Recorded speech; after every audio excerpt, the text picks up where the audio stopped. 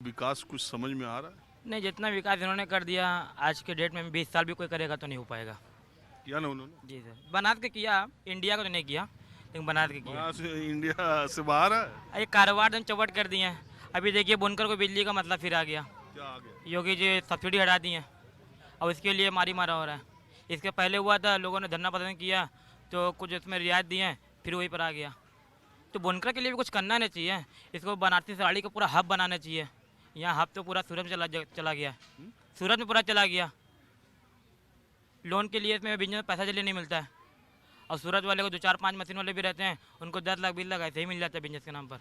तो बिजनेस पे भी फोकस करना नहीं चाहिए। अच्छा एक बात बताओ, बीजेपी पार्टी कैसा है? सर वो तो वही हिंदू राष्ट्र, आरएसएस, बजरंग दल, ये क्या है, हिटलर की राजनीति। अरे यार ये मोदी जी कहे कि मुसलमानों हिटलर से की राजनीति करते हैं। मुसलमानों के पास जाओ, उनसे बात करो, मिलाओ अपने साथ। जैसे जर्मनी में हिटलर अपने जैसे विपक्ष को पार्टी को दबाने की कोशिश की, पूरा ख़त्म कर दिया, वैसे ही कांग्रेस को ख़त्म करने की कोशिश किया। वो तो भारत जोड़ो यात्रा करके इतना थोड़ा आपका वजूद बचा लिए, तो वजूद पूरा ख़त्म हो गया था। जैसे हिटलर बचा है वो जो थोड़ा ही बहुत दे, देखिए ये जो 24 के भी चुनाव हारेंगे, फिर ये खुद ही दम खत्म हो जाएंगे। 24 का हारेगा? कांग्रेस अब हिटलर डिक्लेयर कर दिया? हार जाएगा, कैसे? हमें मालूम ना है। हाँ? ये हिंदू राष्ट्र सबको पता ना आ रहा है। 60% बीजेपी के ऐसे वोटर हैं जो सिर्फ हिंदू के नाम पे वोट देते हैं, और 40% ऐसे हैं जो थोड़ा विकास के नाम पे या शिक्षा का नाम पे। 60% से भी ये पता ना आता है कि हिंदू राष्ट्र बनेगा, वो धारा 370 हट गया, ये हो गया, हो गया। जिस दिन ये धारणा मंदिर बन गया। राम मंदिर जिस दिन ये धारणा खत्म हो जाएगी, विकास पे, बेरोजगारी पे, महंगाई पे, यहाँ इस पे चुनाव होगा, तो समझ लिए भाजपा कहीं है नहीं, खत्म। तो कहीं लगा था? नहीं हमें नहीं लोग से पूछो।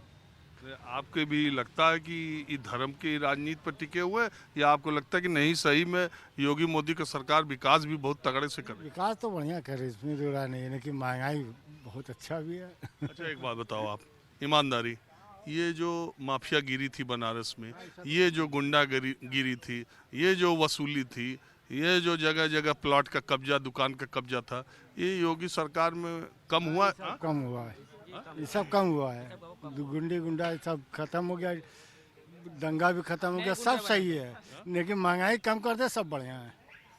अब मार्केट में नए गुंडे सर आए हैं, अब मार्केट में नए गुंडे आए हैं। ये बजरंग दल, हिंदू युवा वाहिनी, ये क्या गुंडा ही ना है, बस इनका रिपोर्ट नहीं हो पाता पुलिस स्टेशन में। यार तुम ऐसी बात कर रहे हो, धर्म हाँ? आज यहाँ गुंडागर्दी नहीं बढ़ा हुआ है। बताओ आप। यहाँ बैठी है, यहाँ हमारे गोश्त की दुकान पे कोई 1 रुपया लेता नहीं था, हमारे गोश्त की दुकान पे 1 रुपया लेता नहीं था। आज 1000 रुपया महीना ले रहे लोग। ये गुंडागर्दी नहीं बढ़ा है?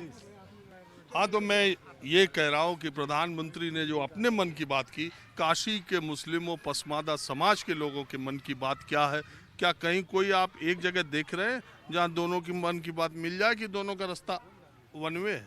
बिल्कुल, कभी न कभी तो मन की बात दोनों की मिलना ही चाहिए।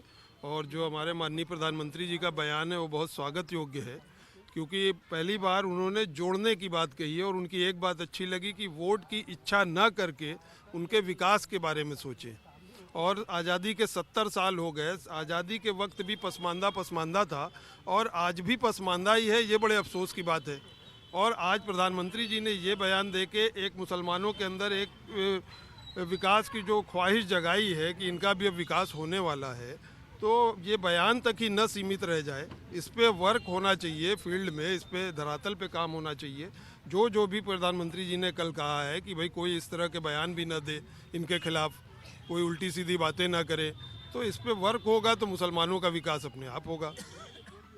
अच्छा अब मैं जी सरकार आर्टिकल 341 पर विचार करे और मुसलमानों को भी SC ST के श्रेणी में लाए, तब विकास होगा उनका।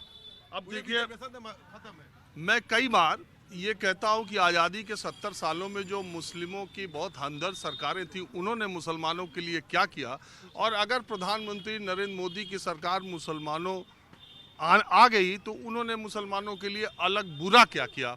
एक बार यही बात मैं कर रहा था तो एक बुजुर्ग मुस्लिम ने मुझसे कहा कि 70 साल की जो सरकारें थी वो एक ऐसे परिवार, एक सम्मिलित परिवार में मुसलमान की स्थिति उस परिवार के उस बच्चे की तरह थी जिसकी फीस जमा हो जाए, जिसको खाने का इंतज़ाम कर दिया जाए, और साथ ही साथ उससे कोई परिवार का कोई मसला हो तो उससे राय भी ले ली जाए, उसकी मानी जाए, या न मानी जाए, लेकिन उससे उसकी राय पूछ ली जाए।